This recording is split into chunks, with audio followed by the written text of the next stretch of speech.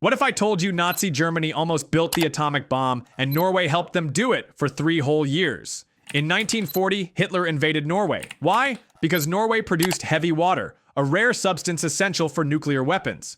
The Norse hydro plant was the only place on Earth making it at industrial scale.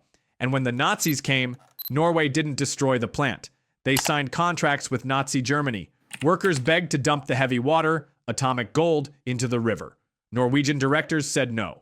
Under Nazi occupation, production actually increased. Tons of heavy water were shipped straight to Hitler's scientists. The Allies knew it was happening. They begged Norway's resistance to stop it. 3 years passed, until 1943, before commandos finally blew up the plant. By then, 500 kilograms of heavy water had already reached Nazi Germany. Norwegian officials who helped, never punished. After the war, they claimed they were just protecting jobs.